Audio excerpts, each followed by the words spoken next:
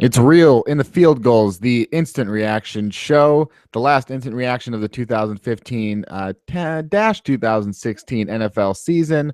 I am Kenneth Arthur. With me, as always, Danny Kelly. And this is brought to you by Great Leap Studios for all your web content, marketing, writing, strategy, SEO, .com, .net, .biz, .gov, business. Use Great Leap Studios. Go to greatleapstudios.com. Thank you for sponsoring the show during the playoffs, Great Leap Studios. We greatly appreciate it. So I hope people leap on over to your studios ASAP. Speaking of leaping, Cam Newton did not leap for that fumble, and the Carolina Panthers lose the Super Bowl 24-10 right here last week on this show. I told you that the Carolina Panthers would struggle to score against this defense. Cam Newton would struggle. Our good friend Jackson Bevan said, I think he would bet me any amount of money that the Panthers would not score less than 24 points or something like that. They scored 10.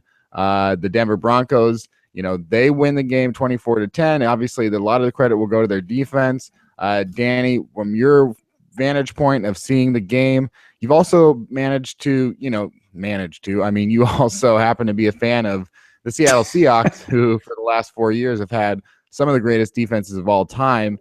The 2013 team, obviously, I think will be the one that is held up in high regard next to the greatest defenses of all time. Where does the 2015 Denver Broncos defense stand now that they have won a Super Bowl and did it against the number one scoring offense, holding them to 10 points? Where do they stand historically? Are they ready to stand up next to some of the greats? Yeah, I think so. I mean, I think I don't know where you put them if you're gonna make a ranking like 1, 2, 3, 4. We'll rank the top 25 right now. We'll see. Okay, let's go. I think that you could put them up there with the 2000 Ravens and the 2013 Seahawks. I don't know where exactly you put them, but they were completely dominant tonight. They won the Super Bowl with their defense. They did? More or less. Oh yeah, they did. Good. They basically had a shitty offense. Like, they have a shitty offense. There's no way around it. Peyton Manning, I think they were the first Super Bowl winning team to win that game with under 200 yards of offense. I think Peyton Manning's rating was 55 or something like. Right, his was 56 something, and Cam Newton's was 55. Right, and so it's just I don't know, just have to respect that defense a lot. The way that they played in the playoffs was unbelievable. They shut down some really, really good quarterbacks. So yeah, I think that you have to put them up there with some of the all-time great defenses in the NFL. And the Carolina Panthers at 15-1 will be forgotten, and most people. They'll be. You'll see it on Rolling Stone tomorrow. I wrote about the Carolina Panthers, a little bit of a season retrospective, as well as talking about what it meant for their Super Bowl game. And I had the opportunity to write about either team going into the game. And the reason I wanted to write about the Carolina Panthers was, win or lose, I felt like I had been so close to Carolina that we could talk about them as a team that justified their 15-1 record, or we could talk about the fact that strength of schedule matters, and in that things like advanced stats matter. And at the end of the day, what mattered? Strength of schedule matters. They're another team with that had the 32nd schedule, the 32nd hardest, number one, easiest schedule in the NFL. No team has won the Super Bowl with that schedule since the 1999 St. Louis Rams, who did it against a much, they were that when, at least in 99, the Rams had been blowing out their opponents more so than the Panthers did this year. And I started to doubt it when the Panthers, built the 31-0 lead on the Seahawks, and ultimately almost lost it. But then, came out and crushed the Arizona Cardinals. And I think a lot of that now we can see was, a terrible performance by Carson Palmer. And I can give credit to the Panthers defense. But at the end of the day, when you have one great weapon on offense and going up against an entire defense, just like Manning faced 2 years ago against the Seahawks, you would rather take 11 versus 1. And I think we saw that today. Cam Newton, 2 fumbles, 1 interception. As far as Newton's performance, I think the one thing was that people will stand out with is what happened on that fumble. What is sort of has been thought of as the thought process that made Cam Newton scared of that ball, it seemed like. Yeah, that was a really weird play, and I'm sure that's going to be one of the plays that is really remembered from this game. I saw actually Frank Clark was talking about it on Twitter. He was like, "This is the MVP of the NFL." What? And I want to say Bruce Irvin said something about it too, like Russ would have got that ball or something. I don't know. Well, yeah. My first thought was maybe he thought the ball was going to squirt out, like someone was diving for it, right? Yeah. And so my first thought was maybe he thought, oh, that's gonna get punched out, and so he like hesitated, because I don't know if you can really question Cam's toughness. I mean, that guy like dives into the end zone and gets fucking lit up a lot. So it's really weird that he held up on that. Obviously, we'll never really know. I don't think whether he was like he got like scared at the last second, or I don't know what the hell happened. It's just a weird, not just a weird play. It's weird, super weird. Yeah. So my first thought was maybe he thought that the ball was gonna get punched out, and so he like at the last second was like, oh, I should try and like I'll see, like that was what I was thinking at first. But when you watch it, it really does look like he just like made a business decision. But it's rough. I mean that sucks because that's gonna be the play that they show over and over, but at the end of the day, he did not play well. Denver defense was really, really fucking good. Yeah, I think we'll talk about, they'll talk about Denver's defense. They'll talk about the front seven, Von Miller with the MVP award, of the big game, and DeMarcus Ware, and definitely, a very good secondary. And, Denver, in a way, I think a lot of teams emulated the 2013 Seahawks. And, we do it every year with the Super Bowl winner usually. But there was a lot of secondary hype. And it seems like right now, if you look at the Denver Broncos, look, it's not like you're going to be able to go out there and draft Von Miller and then go out and sign DeMarcus Ware, and he's still got some elite years left in him. Those types of players don't come around very often, though.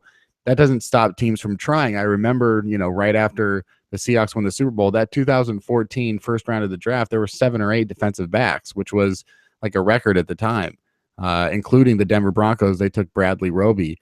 And I think this year it could be an emphasis on pass rushers. And, I think that's going to be something, we talked about last week in the free agency article that I wrote for field goals in terms of guys like Michael Bennett and Bruce Irvin. Do you think that teams will emulate the Denver Broncos, and in what way would you emulate them besides, trying to get the worst quarterback in the league? Yeah, no, absolutely. I think they will try and this is funny. Because it's really no different than every year, but there will be a much higher focus on pass rush, I think, in the draft. Watch pass rushers go really high this year. Because you saw what Denver was able to do by just completely fucking, wrecking havoc on quarterbacks all throughout the playoffs. Like, I just think that's going to be in the front of the minds of a lot of GMs, and I think pass rushers are going to get, probably really overvalued in the draft. So that's going to be really interesting to see kind of the fallout from that. But I think you're right. Like, I think, teams try. It's a copycat league, and teams try and take a look at how one team won this year. And obviously Denver did it on the back of their defense. And so defense is going to be a big focus. And I think, like I said, I think pass rushers are going to get overvalued in this draft. I think everyone's going to be looking for pass rushers. Yeah. If you want to know more about the NFL draft in 2016, listen to 3000 NFL mock draft every week. And, this week, I think we can talk about maybe some of these guys in the draft that'll comp to Denver's players. And I think, obviously Joey Bosa is talked about as the number 1 pick, Robert Nkemdiche. There are definitely going to be some pass rushers, but I think you could say that there's going to be an uptick in pass rushing. I think that's sort of what we saw also with, say, the 2011 New York Giants. At that time, being an emphasis on pass rushing, and you don't have maybe the best quarterback in the league. As far, Eli, he made some great plays. Now you've got the Manning brothers. They've won what, 4 of the last, how many Super Bowls? 12. 4 of the last 12 Super Bowls have gone to the Manning brothers. Yeah, They've been in like a crazy amount of. They've been in like 2006. Yeah, 2006 to 2005. That means that the Manning brothers have won 4 of the last 10 Super Bowls. Yeah, that's crazy. Yeah, that's quite incredible. I mean, yeah, they've gone to 6 of the last 10. There you go. That's it. Yeah. Do you think that there's any chance Manning plays again? Because it seems like he's definitely not going to play for Denver. Maybe another team. I bet he'll retire. I don't know why he would play again.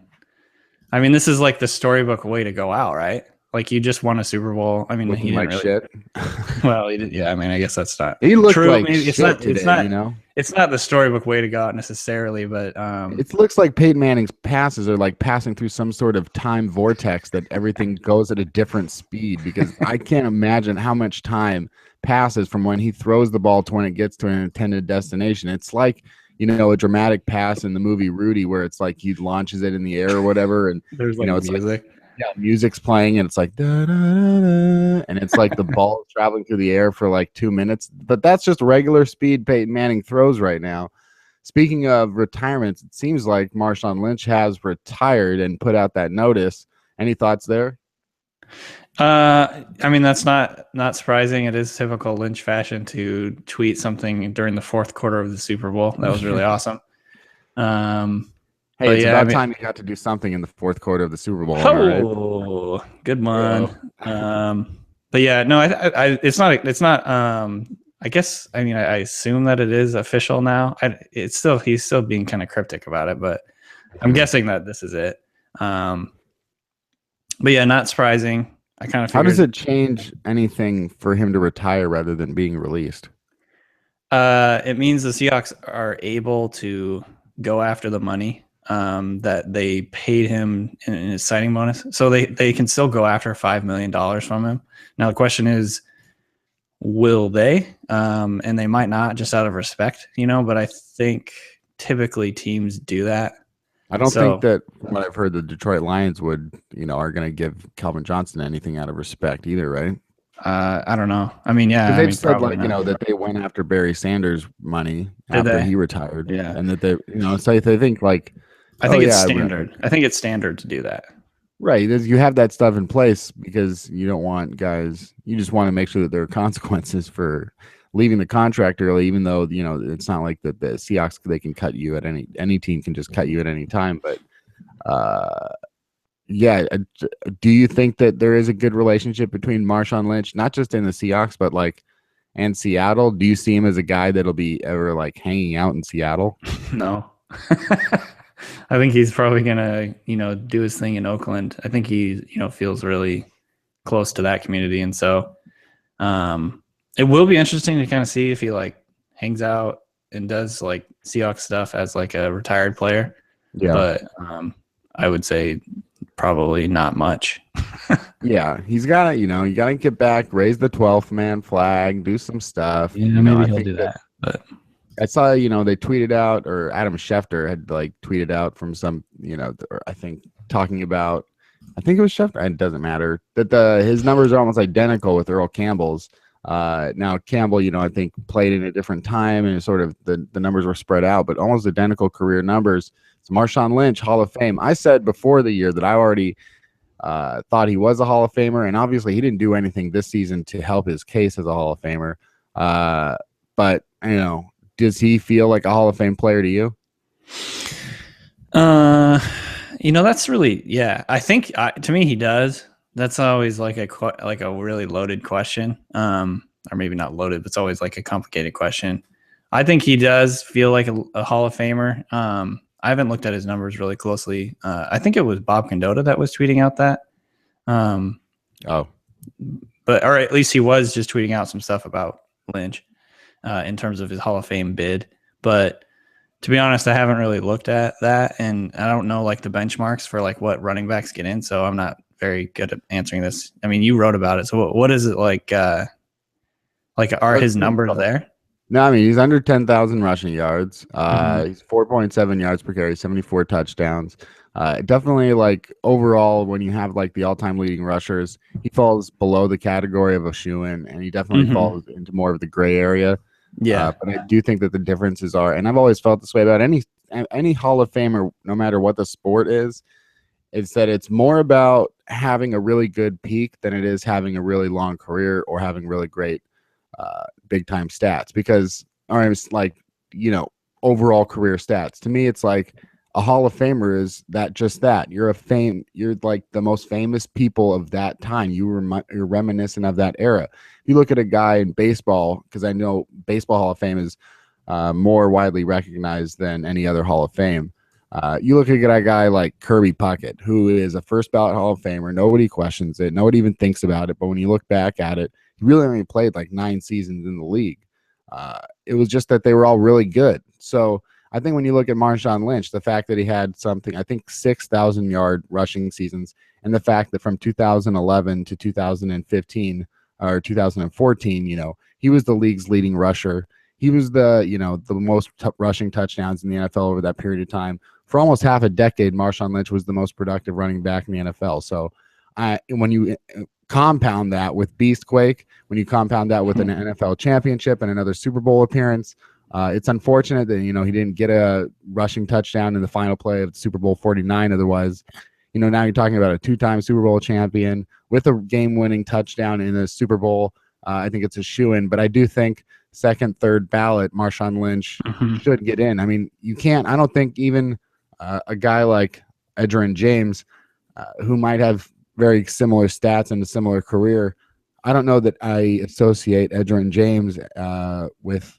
the league in that period of time as much as I do Marshawn Lynch in the early 2010s. I think that he was really one of the most popular figures. His stuff that he does in pop culture with Conan O'Brien or whatever, you know, his quotes like and his phrases player. And beast mode. People say beast mode that has nothing to do with football now. It's everywhere. Right. And so like is being iconic like Lynch like a factor in Hall of Fame like voting, do you think? I think so. And I think it should be because you're memorable. And a lot of it is, a lot of people put in their Hall of Fame votes or, you know, what they feel like, you know, what feels like a Hall of Famer, just by that, what feels like a Hall of Famer. So there aren't that hopefully it's not just stats. Right. And I mean, these days, the competition at running back is not very stout. Which guys playing right now are going to go to the Hall of Fame at running back? Adrian Peterson for sure. Yeah. And then you're talking about what? Jamal Charles, LaShawn McCoy? Potentially Charles, yeah. I mean, Aaron but yeah, Foster. So I think I agree with you. I think in terms of his era, he's definitely like one of the top guys. And since 2011, he has more rushing touchdowns than any player. Right. And that's a 5-year period. It's amazing. I mean, and Sean Alexander, you could look at him too and say, you know, this is another guy where overall it's like Sean Alexander, Marshawn Lynch. We watched Sean Alexander too for a long time, and he put up some great numbers, and he even won MVP, and he went to a Super Bowl, but played behind the best offensive line of the 2000s maybe. And, you know, we didn't see that same sort of solo running style of a Marshawn Lynch who really feel like he did put the team on his back. And that for a lot of those times, especially in 2010 and 2011, you know, when he's carrying guys literally on his back and pushing the pile, and didn't really get that help with the offensive line. We didn't even talk about the fact that, you know, he does it behind, you know, not a great offensive line. They might be pretty good at blocking, and, you know, they've done some good things there, but he also led the league in broken tackles over that period of time. I mean, there's so many other factors that I think prove that Marshawn Lynch is as good as a player that deserves to go to the Hall of Fame. I don't know. I like his unique style. In his unique style, yeah. Right. I don't know. People will say that the media will have some sort of backlash against Marshawn Lynch because he didn't talk to them. Hopefully that's not a factor. That would suck if that was actually something that, I mean, that does happen. I mean, look at like T.O. Yeah.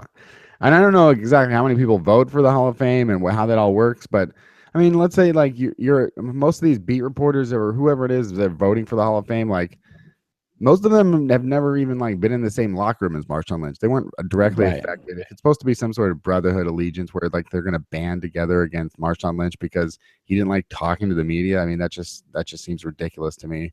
But maybe it won't become a factor because I really think, you know, if he starts, I guess it would be 5 years that he'd be eligible. 2021, something like that. I think I don't know who else is going to be in there. I don't know what other players are thinking of retiring right now. DeMarcus Ware, I think, is 34. Maybe he wants to go out. Peyton Manning, obviously, was another one. He's a shoe-in. Mm-hmm. Oh, actually, do you think Peyton Manning is a Hall of Famer? Yeah.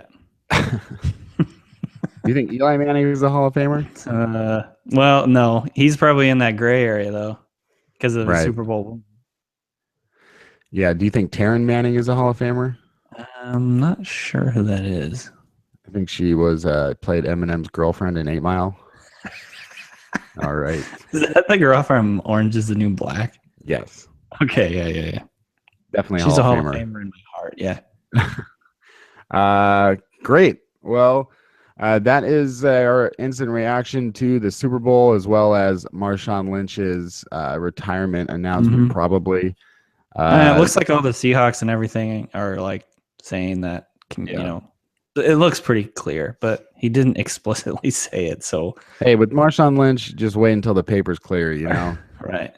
You never know what kind of stuff's going to be going on, but great career, great, very, there's you can't outpay him back for what he's given to the Seahawks fans, as far as the highlights, the amount of the big cheers.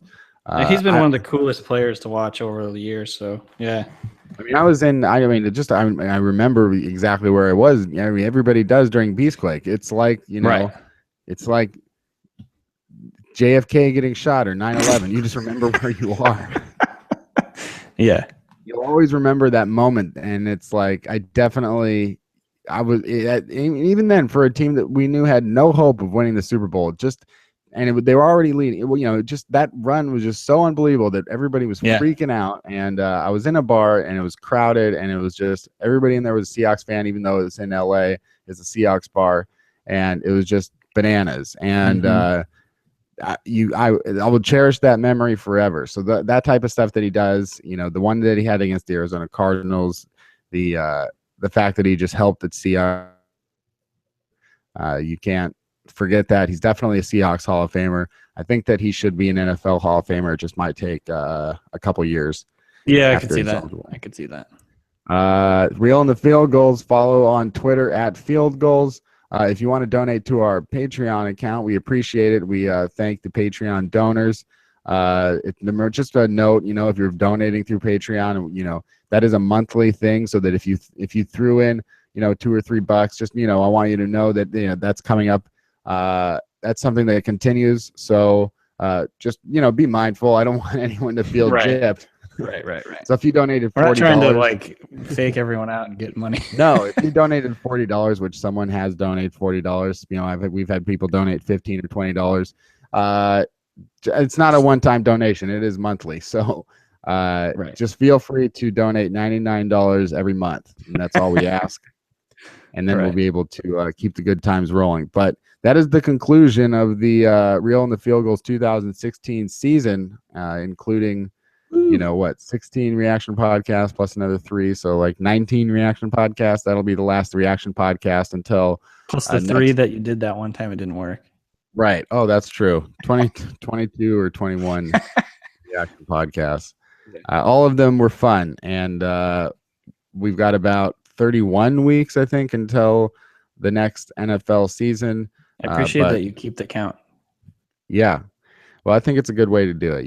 We're going to do, if you do a podcast every week, and you sort of know that, we're pretty much counting weeks at this point, and then someday we'll count days. That's how the opening game of the NFL season? Yeah, the Thursday. Okay. The opening Thursday game, which will be this year. Who knows? Obviously Denver will be in it. And would they do Broncos Patriots week 1? Probably not. That's probably too much. But I don't know. They did Seahawks Packers, and then they did Patriots. It wouldn't be surprising if it was the Seahawks. The Broncos aren't playing the Seahawks. It is always going to be the Super Bowl champion. That's true. Are the Broncos supposed to play the Patriots? Yeah, because they both won their divisions. So there we go. That might be it. Yeah, they'll definitely play the Patriots and the Bengals and the Texans because they won their division, and then they're in division games. But I don't know. This is really not that exciting to our listeners, I'm sure. But yeah, that's what I count down to. The wrap it up sign is blinking right now. We do have, that's one of the things that our Patreon donors have bought. It's a wrap it up sign. We thought that was a high priority. Yeah, and it is definitely coming in handy. I've definitely heard comments on, especially on Rob's blog with 3000 NFL mock draft. It's like, Jesus, Kenneth talks a lot. But hey, isn't this a podcast? Like people talk on. We're supposed to talk. What do you want us to do? Puppet shows? Here. Okay. So yeah, that's it. Thank you to Great Leap Studios for sponsoring us throughout the playoffs.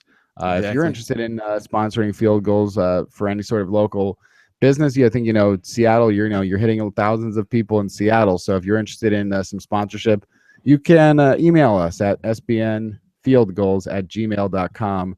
I've never really checked that email, but I will now. I check it. Yeah. So yeah, we'll check that. If you're interested in sponsoring Reel in the Field Goals, send an email to that address, and we'll talk about it. And that's it. Also you can donate to Patreon and follow on me on Twitter at Kenneth Arthur S. Listen to 3000 NFL Mock Draft. We'll come back this Thursday for the next episode of Reel in the Field Goals. Thank you for listening all season long. We appreciate it. And here's to 2016.